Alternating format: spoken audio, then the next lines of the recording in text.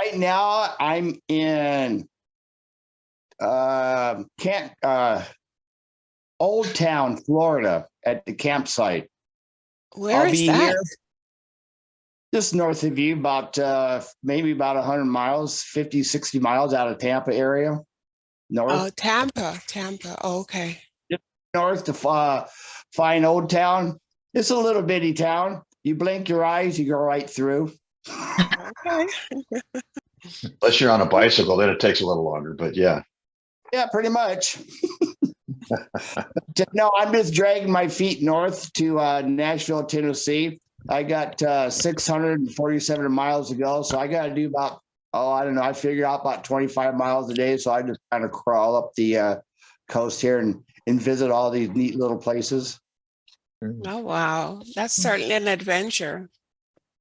Now, Pat, is that because you're trying to get home, or do you have a specific destination that you're getting to? My specific destination is Nashville, Tennessee, for a very great convention I love going to. You're still going to head for LA, Pat? I don't know. I haven't. After Nashville, I haven't really made my mind up which way I Lisa, he doesn't have a home. He's a nomad. His home is the bike in a recently He's purchased a cycling tent. nomad. Yeah, That's cycling right. nomad. I wondered that. You know, It's but like it's Dorothy. okay. There's no place like home. There's no place like home. It's okay, because so many people are living that lifestyle now, except that, they're going from country to country. And I was reading about somebody who actually does home sitting in various parts of the world. I thought that must be very fascinating. Not for me. I'm too much of a whole, like my comfort zone where I like to know where things are. But they do home sitting, so they go from country to country. That could be my blogger friend. My blogging friend, Ryan Biddle, does that. Ryan does that too, yes. Yes. But not for me either. That's intriguing. Ryan has a Travel family, and staying right? other people's homes. I'm sorry. Yeah. Ryan Biddle, That's what unbelievable man, Joy. He's amazing. Yeah, one of the best bloggers in the world. He's unbelievable. Yes, I don't know how many books he's got on Amazon. He must have 100 of them by now. Yeah. But a good guy, a really good guy. All right, we'll get started, everyone. Thank you for joining me, by the way. Hello, everyone. Welcome to episode number 110 of our Your Next Level Mastermind. And our topic for the day is called Most Memorable Moments. But before we get to that topic, we are privileged to have joining with us here some very talented people. I'd like those people who are watching this replay to look and listen to what they have to say. Secondly, make sure you check out what their links are. They'll be underneath the video. And I want you to not just click the links, but actually go and talk to each and every one of them. Make the time and the effort to go and do that. I don't know how you run your business, but I'm suggesting you should be reaching out to a certain number of people every day. I try and talk to 20 people every day, for example, right? And if that's what you do, it's just to sit and talk to people, to get to know them, okay, you don't know where the future is going to take you, then these are ideal people to start with. So look at the links, connect with them, okay, talk with them, and you may just find they are the people that you were looking for, or they know the people that you were looking for. But if you never make the call, you're never going to know, all right? So with that in mind, I'm going to ask each of them now to introduce themselves and listen to what they have to say. Someone asking me a question? Yeah. I thought it was 25 you were contacting daily now. Oh, no, that's only for this week. That's this week. That's another story which I'll talk to you about next week, Fred. Yeah, I committed to 25 this morning. I did. An extra 7 minutes. Anyway. Let's start to hear what we've got here. Let's start with Carol Davies, followed by Pat Drive. I was not, I had the thing on mute. I couldn't figure out what was wrong, but it was on mute. Okay, I'm Carol Davies. I'm with Success Coach with Passion Motivator Coaching.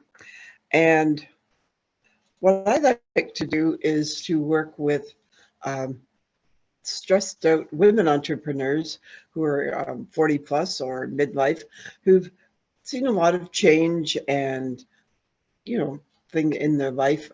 And now they find that the business and what they want to do isn't coming together. It's not as much fun as it used to be. So I love to get together with women like this and help them find out what they really want to do in life, what their true passion is, and then how to make that work for a good, solid plan, or what I call a roadmap for them going forward to have the happiest life they can.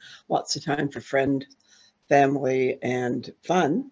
And we do that through getting together and just having a really good time, finding out really what their core values are and what really makes them so excited in life. I get up myself every morning and I know what excites me, and I love to see that for other women as well. So if you're finding that life is sort of, dragging you down, give me contact and it would be great to hear from you. Thank you, Carol, very much indeed. Pat Dreyer, followed by Yvonne Jones. Thank you, Peter.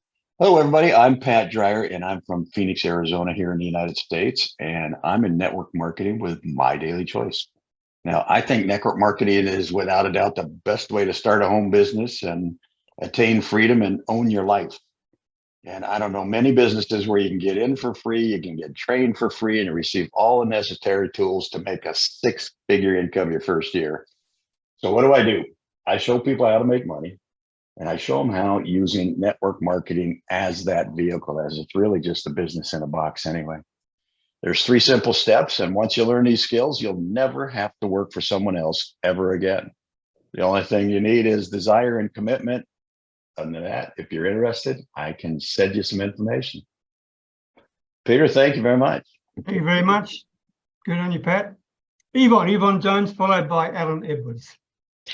Hello, everyone. I am Yvonne A. Jones. I live in Lake Wales, Florida, that's Central Florida, about 40 miles south of Disney World in Orlando. I am the relationship building strategist, and I specialize in working with mature female business owners and professionals, and I help them to increase their income and impact. Now, I do this through my profitable relationship building framework. Now, I believe that when you focus on relationships, the money will follow. Today, my episode 6 of my Building Profitable Relationships podcast has dropped. It's on YouTube and Spotify, and I'll be sharing it on social media later today. I invite you to listen.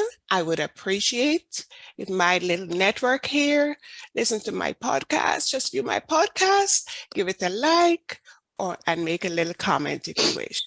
Thank you, everyone. Thank you, everyone. Will it also be on YouTube?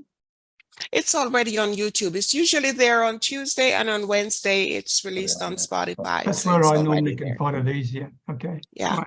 Thank you. Alan Thank you. Edwards, followed by Lisa McClellan. Hi, everybody. I'm Alan from Hampshire in the UK, and I specialise in transformation of property value. So we help property owners who've got problems to solve those problems, and we help property investors to get great returns on their investment. I've got a lot of experience in construction, and I wrote a book about my experience over many years. It's called Project Deliverance, the 20 Key Factors for Project Success or Failure. And that's available on Amazon. I'll drop a link into the chat below, but I'll put my details in the chat below. We operate in the UK and in Europe, and also further afield as well. So if you've got any property issues or interested to know more, just give me a call or drop me an email. Cheers. Thanks, Alan. I didn't know you were an author. Wow. Oh, right. What's it called again? I can't imagine how I didn't inform you about that. What's it called again? I should have. That's all right. What's the name of the book? It's called Project Deliverance, Project the Deliverance. 20 Key Factors for Project Success or Failure. And it goes through a lot of case studies of projects I've been involved in through my life, and a few others that are of interest as well. And it analyzes and summarizes the 20 key things that you need to get right for your project. Thank you, Alan. Thank you very much indeed. I know Fred's an author, but no, I didn't know you were an author. Good. All right, Lisa McClelland, followed by John Allen. Good morning, everyone. I am Lisa. I am from near Ottawa, Ontario, Canada, and I am a recovering people pleaser, a nurse psychotherapist, a massage therapist, previous fitness model, and previous fitness champ. And I help people pleasers get control back of their body, emotions, and boundaries to confidently say no to unimportant things in life and to help them balance their weight as well as to take me time guilt-free. So I didn't know if you knew, but people pleasers have an easy time giving, but they have a hard time receiving. And this actually teaches everyone around them that it's not okay to receive also. So I want to help fix that. What a great mission to have. What a great mission to have. I had a cousin who was exactly like that. Exactly that. She would have needed your help. John Allen, followed by Joy Healy. Good morning, good afternoon, good evening, everyone, depending on where you are in this beautiful world. I'm John Allen, Allen Small Business Coach. What do I do? You know how most business owners think that sales is nothing but a numbers game, and they only count the ones they convert into clients for their ROI. Well, I'm a loss revenue specialist, or LOR. I'll help you convert more of those leads into paying clients. If you ever want to try it, the process is quite simple. We have a quick 30 to 45-minute call to find out what your real problems are. Then I decide if I could really help you. If I can, great, we'll go over what's involved. If I can't, I'll let you know that as well. And if possible, suggest someone who may be able to help you. Now, there's getting to be so much competition out there that if businesses are to survive today, you've got to be perceived as being better, different, or unique than everyone else. My clients get comfortable and actually enjoy engaging and finding their prospects' problems. Day after day, they get better and feel more supported and listened to, all because they took the time to learn about problems and not try to make a sale. If you'd like to get together, reach out and we can schedule an appointment to meet. Thanks, Peter. Thank you very much, John. Well said. Well said. Joy Healy, followed by Fred Gillen. Hello, everybody. I'm Joy Healy from Norwich in the United Kingdom. I help people 50 and over who haven't made good plans for income for a comfortable retirement, and I help them supplement their income with an online business, which can be full-time or part-time. Mentioning books, I wrote a book about blogging a while ago, but actually my opinions have changed since then of the method that I use for blogging. And I've come up with a much lower stress way than the way that I started my own blog. And anyone who's interested can find my revised method on the link in the chat. Thanks, Peter. Thank you very much, Joy. Very much indeed. Fred Gillen, followed by Pat Kern. Thanks, Peter. Fred Gillen from Melbourne, Australia. I run a digital agency called More Marketing Ideas, and that's what I actually do. I give businesses more marketing ideas. We do that through strategy sessions. So I help businesses get seen online, and we talk about their website, we talk about their email campaigns, we talk about their SMS campaigns, and we talk about their CRMs. And they haven't got any of those, then we talk about how they can get them so they can get more clients. And you can see behind me that I've got client engagement and follow-up. And both of those components are really important, because you can get client engagement, but if you don't have the follow-up, you're not going to get the sale. And that's really what it's all about. So you need to follow up with your clients, and we can help you do that. And if anybody would like to have a chat with me about how we can achieve that for your business, then reach out. I'll put my details in the chat, and always happy to have a talk at no obligation whatsoever. But we'll give you some tips, and we'll definitely give you more marketing ideas. I knew you'd have to finish with that, Fred. Pat Kern, followed by Santa Claus. Wow, I get to go before Santa Claus. Oh, yeah, darn. Kept until last. Good morning, everybody here in social media land. My name is Patrick Kern. I'm a adventurous and a traveler. At the present time, I'm in Old Town, Florida, worked my way north slowly on a bicycle. And I enjoy helping people through the internet marketing industry because it's the best way I can help people. I did have a little thing go on with thinking about, but I forgot it now, but that's all good. So if you want to know anything about what I do, how I do it, because I promote and sell these beautiful products from this beautiful company I work with, I'm affiliated with. So message me, go to my link, and enjoy life. Keep smiling. Thank you, Pat. I'm going to hold you off, Santa Claus. Don't stop yet, because I want to put Ashvin in first. Ashvin. That's very smart. Thanks very much. It's hard to follow Santa Claus. Good morning, everybody. Good morning, Peter, Alan, Carol, everybody. I hope everybody's doing good.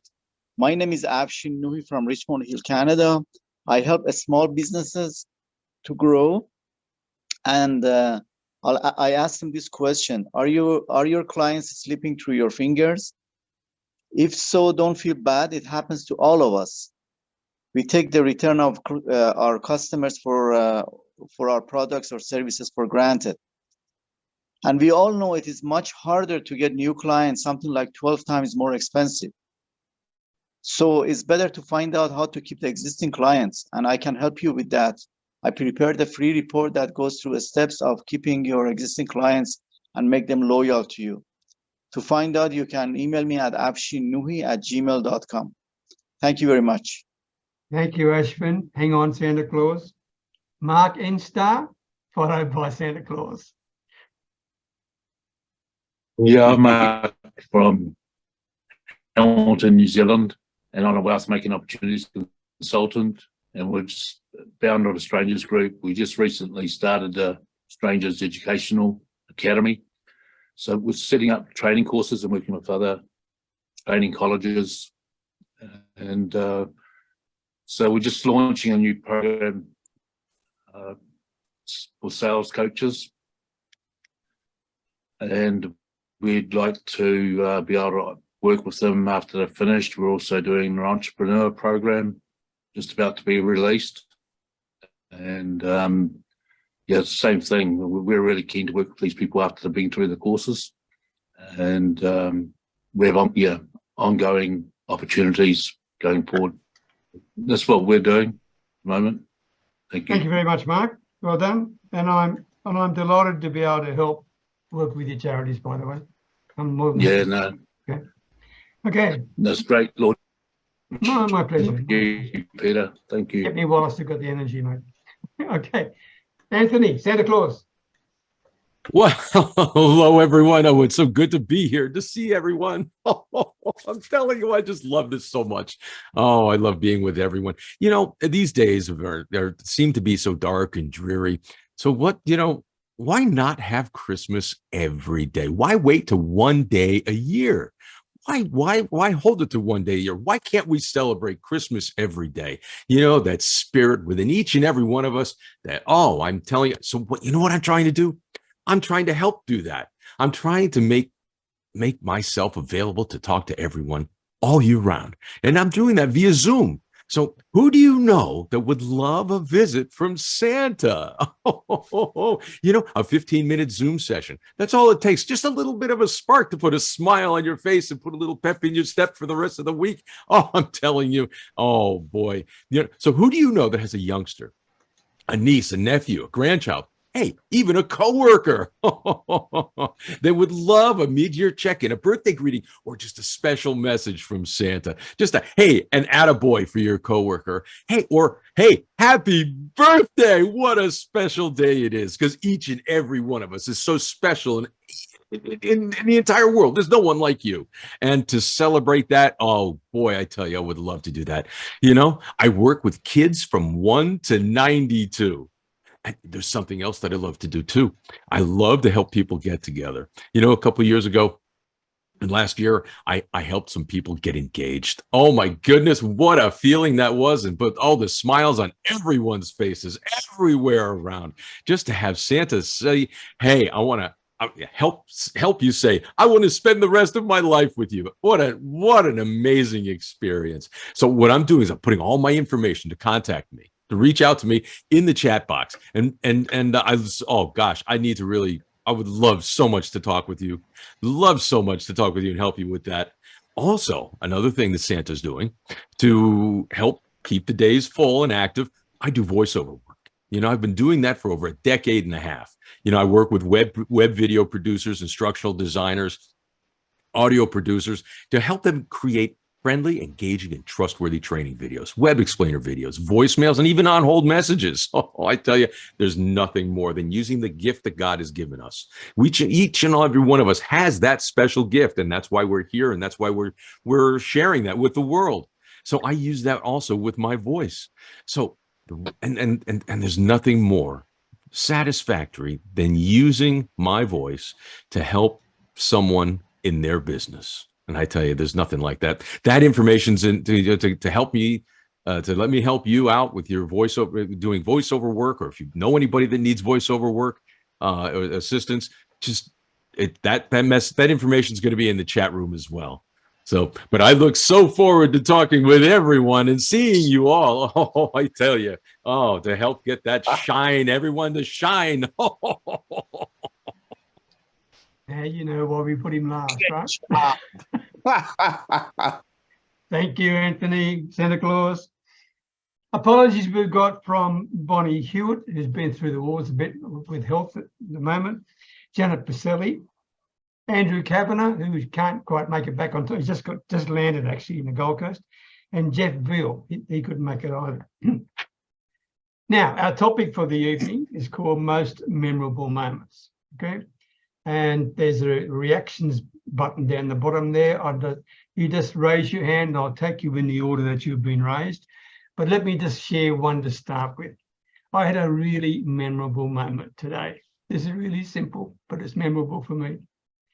I was on a Zoom call in another session. In fact, Brad was on the same call. It was with Nick Cree. And for the 7th time this week, we lost internet connections, right? Completely. Now, admittedly, we're going through some storms. Anyway, what's the memorable moment? Well, normally when we lose internet connections because the wires fall down because they're strung through the bamboo trees and everything else, right? Now just hook them back in the trees. Today they put in a cement post. This is the big thing for me. Now we've got our internet connections sitting on top of a fence post. So we just got the chance of maybe staying online a little bit longer. So you never know. That's my memorable moment for today. Anyway, a bit of fun.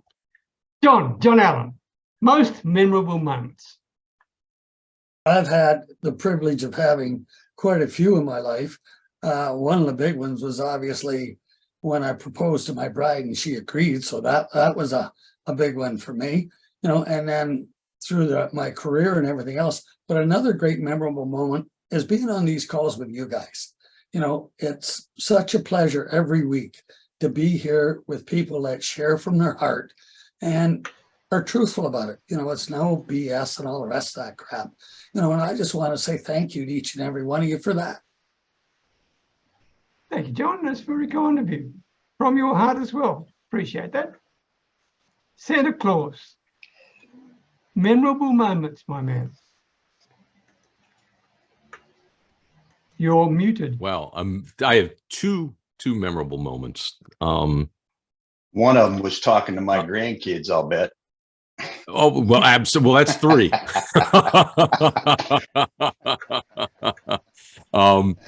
The first one from my Santa life was I was hired to work for the Hallmark Channel's very first Christmas con, the world's first Christmas con. You know, like Comic-Con, but for Christmas. It was put on by the Hallmark Channel.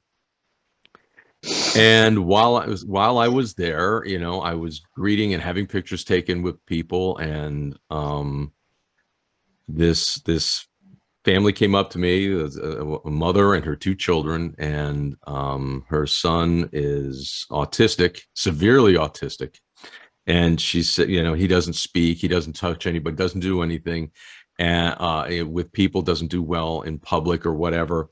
And I heard that he, you know, I mentioned, you know, something about, yeah, that he loves Batman. I said, oh, you love Batman? Oh, I know Batman. Let me show you. So I pulled out my cell phone, and the previous month I had done a Comic-Con, okay, as Santa. And you know, hey, Santa at Comic-Con, really? So I had a picture of Batman sitting on my lap and asking for new tires for the, you know, I need new tires for the Batmobile. I need new pouches for my utility belt. I need this, that, whatever. So, but someone took a picture of that and sent it to me. And so I gave it to the kid and I said, this is me and Batman. I know Batman. And he looked at me and he started talking. And he said, yeah, do you know Batman? And what did he want? And I said, well, he wanted new tires for the Batmobile. He wanted new utility belts, new batarangs, and things like that. Things that I could help him with, you know. And I just, out of the corner of my eye, I could see the mother was just bawling, just absolutely crying with joy that her son was actually interacting with someone that he never does. He never interacts, and so he was like, so we were kind of carrying on a little bit of a conversation, and you know, she gave me the biggest hug and a little kiss on the cheek for, you know, for helping him move on and to getting him to interact. And so that was very, very, very memorable for me. And then as in my voiceover world, my voiceover career, when I first started, I said I need training. And there was nobody doing training in Connecticut. So I was like, okay, well, I guess I'll have to put on webinar seminars. So the first seminar I put on was about, you know, I invited a guy by the name of Bob Bergen. And he is the voice of Porky the Pig for Warner Brothers. Oh, no. He took over after Mel Brooks died. Mel Blanc died. I hope Mel Brooks never dies. But anyway, Mel Blanc, after he passed, he took the torch. And so here's this big name Hollywood guy that comes out here, and okay, so we're going to do an animation seminar. And he gave me, you know, he gave us all scripts to read when it was our turn to read for him to see where we were. And he gave me the script for like this villainous kind of guy and you know, here's a picture, here's the script, read it. And I read it for him, and he was like, the look on his face, his jaw dropped. He was like, okay. You have no experience doing this stuff before? No, this is my first time, you know, trying to do anything, and then kind of an auditioning for you here with this script. And he was like, okay, well, and then he made me, then, you know, he was totally floored by my read, and I was like taken aback. I was like, wow, you know, because, you know, we were in a little recording booth, and when I was done with my read, everybody was cheering and clapping in the next room, and you know, I could kind of hear that through the glass. But he was just like stunned, and then he was like, okay, I just can't let this go. And then he said, okay, you need to do this way, this, this. But he made me sweat to finish that off, and I did it perfectly the way he needed it to be done, and that was quite memorable. Wow. Very cool. Wow. Pretty awesome there, Santa. How about that? My God. I didn't know you were so darn famous.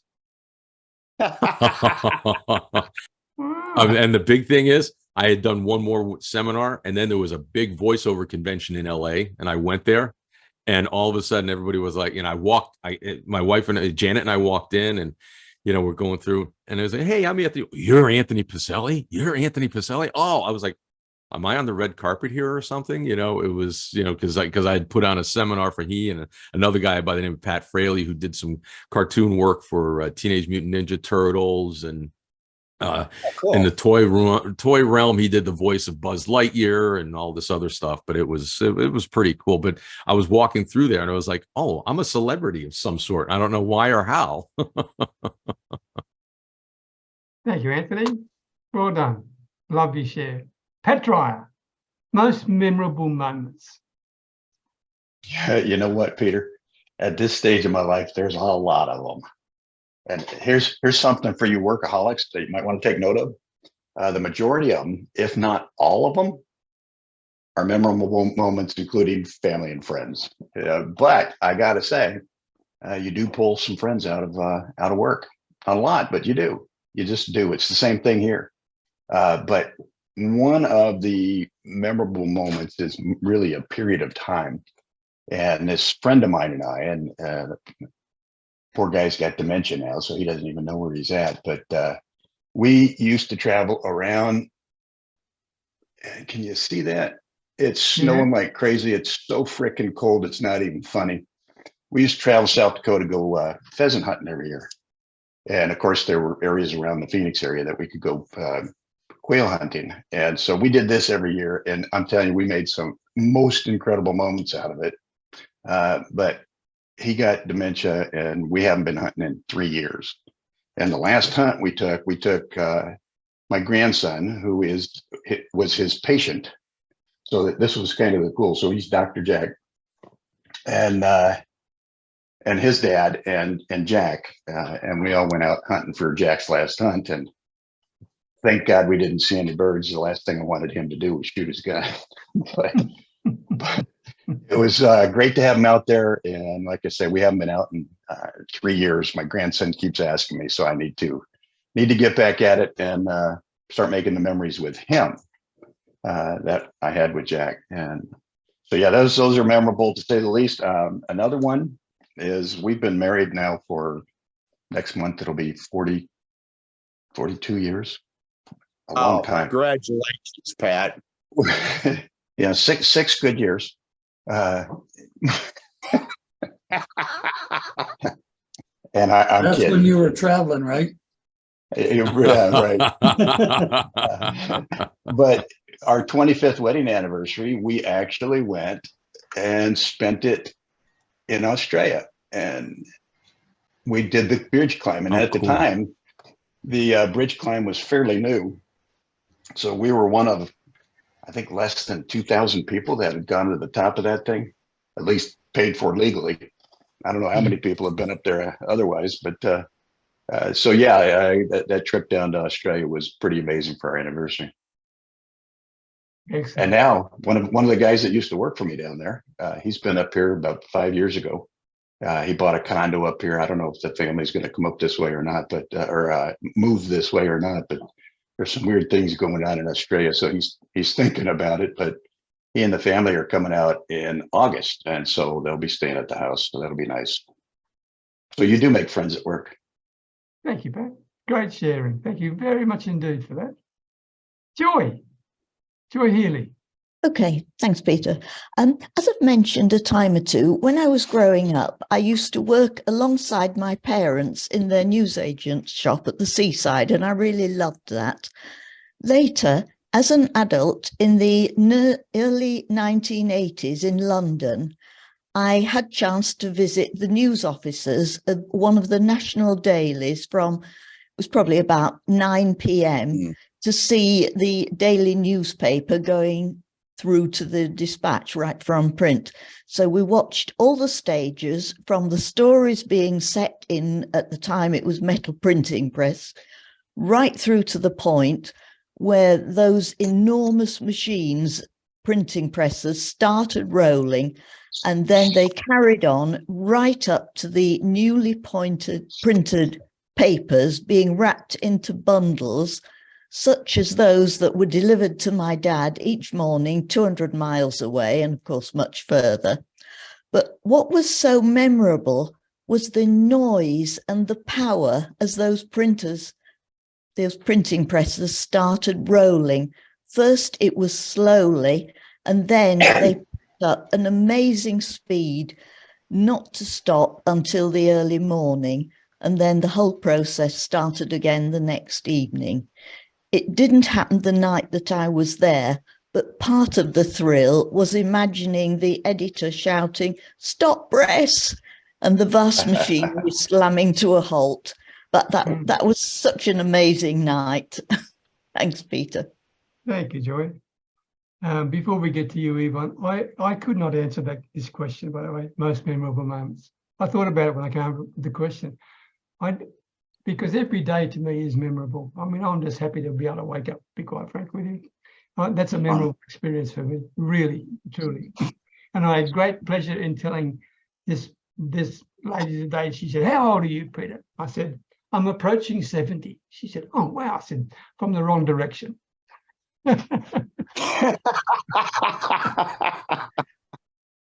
and that was a memorable moment for me today, I can tell you. Anyway, enough of that. Yvonne Jones. Actually, Carol is before me, Peter. Oh, well, not according to my screen. Okay, Carol. Oh, sorry. No, that's okay. This Carol, plane lands at the same time. Carol, over to you. Oh, well, thank you very much, Yvonne. That was very kind. I have a couple of really memorable moments. A bit earlier in my corporate career, I was working for the UN in New York for several years, and it was just when word processing was becoming sort of mainstream and known. And I'd been hired to be a database manager, so I was pretty good at that. And I had to learn word processing myself because there was no one to teach me. And then it turned out that they needed a few people, and it was the libraries working in, to be taught. So I put together a little course and I gave it to some of my colleagues, and they said, "Oh, this is just what we wanted." And it became so popular. Everybody in the library demanded to learn how to use it because they all wanted to learn word processing to upgrade their skills. So what had started out to be like a little half-day course ended up being, by the time I finished it, 2 days. But there were so many people. And when I remember a young man who wanted to, make a better career for himself. He said, I didn't know much about computers and this. He said, "This is so exciting." And he went on to become one of the resource people in the library. Like if your computer broke down, you needed advice, you did this and that. But just to see his face, he said, "I never knew all this was possible." I still get chills when I think that I ended up designing it myself because their training department then hadn't quite caught up with the whole, newness of it. And I felt so privileged to be part of that. And when I think about that, it brings the biggest smile to my face. Good stuff. Thank you, Carol, for Hey, sharing. Carol. Thank you. Yeah. Yvonne. Okay, well, I have, like Pat said, at my age, I have a lot of memorable moments. And they can be as simple as, like, last night I got a text from my 7-year-old granddaughter who sent me this text. "Hi, Nana, just writing to say I love you very much." And she put tons and tons of hearts and all like that. But the one I want to share with you today is taking a step backwards. Did you ever walk into a business and felt intimidated, or you felt small because you were in an unfamiliar setting? Then a friendly face walked up to you with a welcoming smile and said a bright good morning or good afternoon? Do you remember how your posture changed? You stood taller and your confidence returned. At the age of 16, right out of high school in my first job at the largest international bank in Jamaica, I witnessed that many times. It didn't start out that way though. I was very reserved, not shy, because I would talk to anyone, but very reserved. And I was employed as a secretary in the foreign exchange department. Part of my job, though, was to help out at the counter when the counter staff was busy. But I viewed every one of those incidents as an interruption in my day until I fell in love with customer service. I forgot about being reserved when I realized the difference it made when people walked into the bank and walked into the department. They felt respected, they felt valued. I helped them to make their visit to the bank a memorable one. That was the beginning of my customer service journey and passion, which I still have today. Now it's over 50 years of customer love. That's my share. Thank you, Yvonne.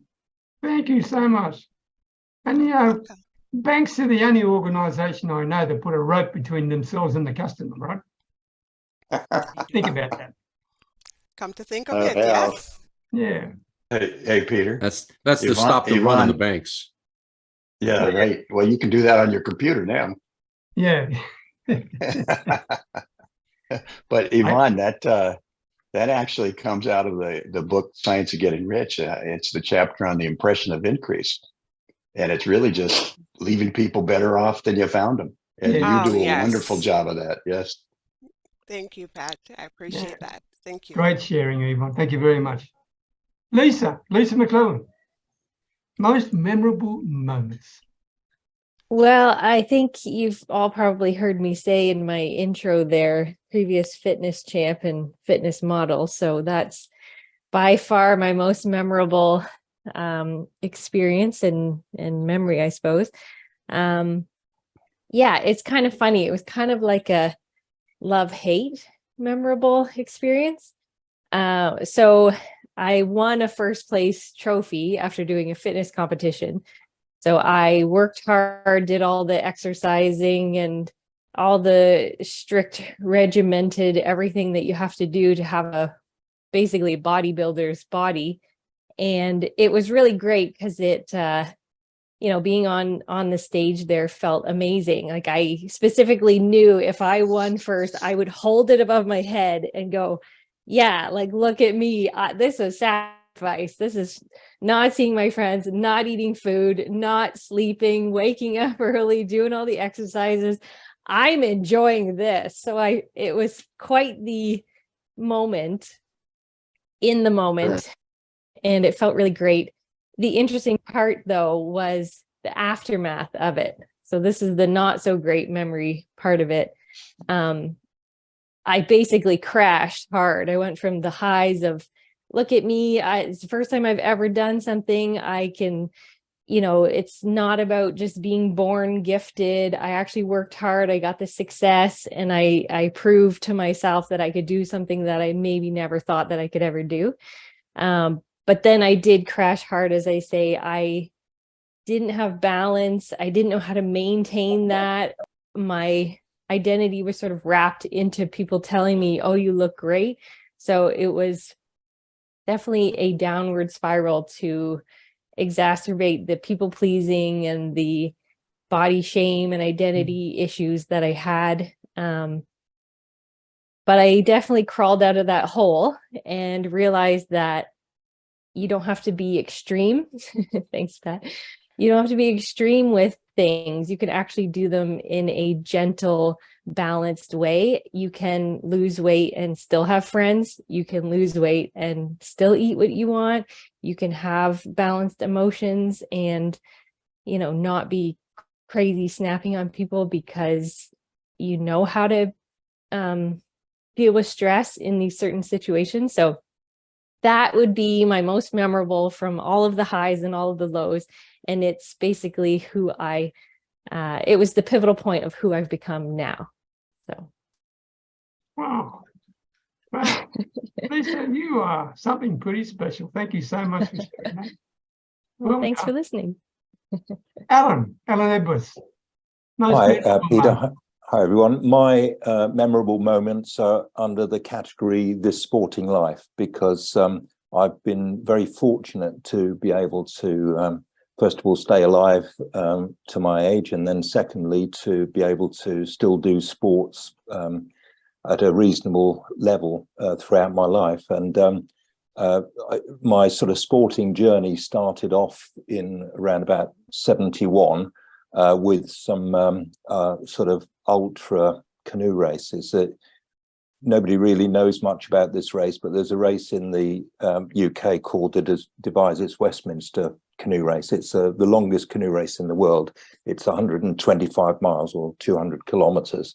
And I did this for 3 years on the road. Obviously, in order to do a race like that, you've got to do a lot of training. So I was doing all the training for several months prior to actually undertaking that sort of effort.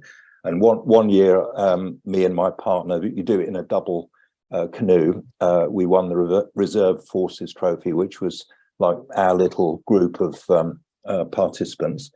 And then I started marathon running. My first marathon was in 1972, and I did 2 hours, 52 minutes, 2 hours, 52 seconds. Wow. And Wow. then That's the impressive. following year, I did exactly the same time for the same race, which is a bit of a bizarre coincidence. But I'm just sort of highlighting various things. I managed to do marathon runs in different countries. I did the Gainesville Marathon in Florida many years ago, and I've run in different sort of veterans events, World Veterans Championships and European Veterans Championships. I've never won outright, but I've always been well placed. And in 1995, I did the London Marathon in 2 hours, 35 minutes, 36 seconds, which was the best marathon time I ever did. And okay, it's not a world record, but when I was 45 to do that sort of time is not too shabby either.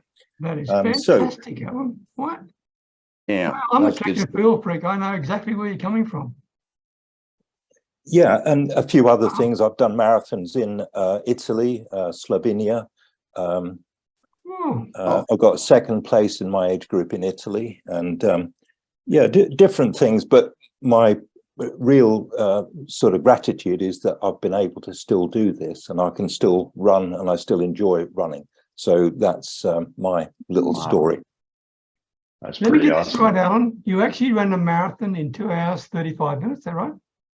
So yeah, 2 hours, 35 minutes, 36 seconds. That's the fastest That's I've really done getting one. up there. Yeah, Phenomenal. Well, if anybody that's has awesome. ever run a 6-minute mile, that's hard. Yeah. To put those together at 26 at a time, Yeah. that's crazy. Yeah, exactly. That's awesome. Yes. Yeah. I was in reasonably good shape Mega at kudos. that time. Alan, it's about time you wrote another book, I think. That is incredible. Thank you for sharing. Canoeing, yeah, wow. Okay. Ashwin Nui, are you there? Hello, hi, I'm here. Yes, I'm in the car. Thank you. The most memorable moment is when my daughter was born. And also, of course, the second one or the first one, doesn't matter, is when I realized I married a beautiful lady. So, and in terms of business is when the first time I helped a client of mine in marketing. So that was very memorable for me. Well, no doubt about you, Ashwin. So, You're a man of few words. Yeah, no, it's so exciting to realize these things in your life. And also, like, you feel like in terms of business, you help the person to achieve something more. And it was very exciting to me for first time, basically. Yeah. Were you nervous on the day you got married, Ashwin? Who is not nervous? Yes, of course. It's full of stress and nervous. Yeah. I mean, we are all, but but in future, I realized such a beautiful person she is that I married to, and great human being, and I'm blessed and lucky. Yeah. She's sitting next to you. No, it's my daughter. It's the product. Just won a few points, Ashwin. Yeah.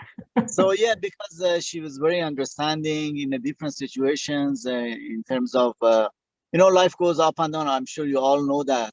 And in different situations, she sticks by you, and that's very important to me, And also, basically, she supports me whether you are poor, rich, healthy, good, bad, all of that. And I learn from her also to do the same. Thank you. Thank you, Ashwin. Good. You're welcome. Anyone else like to contribute?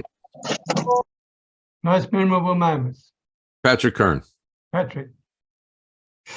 Like everybody else, I have got so many memorable moments because of my age as well. Growing up in a big family with all my brothers, there's a lot of memories right there. Just blows me away when I go back. The second one was, the second minimum one is going into the United States Navy. There's a lot of them there, a lot. And another one is getting my 1,600-ton Masters Oceans towboat. And I had to take a test. I had to know, let's put it this way, I was really crappy in math. I had to know what is it, trigonometry, all that math stuff. I got a D in math. I had to figure it all out. And I'm sitting on a coffee table. And the other memorable moment before I go back to that one is my son being born. Great kid. He walked up to me and said, here's a 15-year-old kid, right? He said, Dad, why are you so frustrated? I said, I can't figure out this navigation. I cannot get this celestial navigation right. He said, he took the book and read it and said, Dad, you screwed it up. You got to go the other way. Here's my son. He figured all this out in a heartbeat. I went, huh? And his mother walked in. The kid's smart in math. So I paid attention, and that was a very memorable. So I got the other one was getting my 1,600-ton master through the Coast Guard. That was tough. And then my being a tugboat captain was great. I enjoyed it. There's another lot of memories there. The other one is, with all you beautiful people here, is a great foundation of life. And just waking up every morning, enjoying life, and putting smile on people's faces day in and day out. You can't beat it. You always enjoy that. That's it. Thank you, Pat, very much. And you put smiles on our faces too, don't worry, okay, every day. Fred, do you want to share something about most memorable moments? Oh, look, it's probably the same as everybody else. There's so much that goes on in life, you know, and we've all been around for quite a while. But there's one that's a little bit jovial, and it goes back to the mid-'80s when I had a retail shop, and I was importing bits and pieces from Taiwan and assembling computers when the PCs had floppy drives in them. So that'll tell you how long ago it was. Anyway, what happened was I had to open the shop early one morning, and I go in and I turn the alarm off, and I'm at the cash register behind the desk, and I'm putting the money in the cash register, right? And next minute, the door flies open in the front, and 5 policemen pull up and with their guns out, drawn, aiming at me. What had happened was I'd actually hit the alarm button when I'd switched off the alarm. And I had 4 cop cars turn up with guns drawn, coming into the shop, aimed straight at me. And I'm going, hang on, I own the place, wait. So a bit of a scary moment, but certainly a memorable one. Wow. Who needs coffee after that? Yeah, wake up call, right? It certainly was. Anyone else want a last moment before we close? May I share something? Certainly. Today's my 48th anniversary. Oh, congratulations. Congratulations to you, Yvonne. Wow. Congratulations. Congratulations, Yvonne. Yvonne, you are so well preserved. Oh my. I will Yeah, take no, that that way, was a said good Candid comment, Peter. Peter. That's a compliment, by the way. I know, I will take it that way. The rose. Fine, my friend.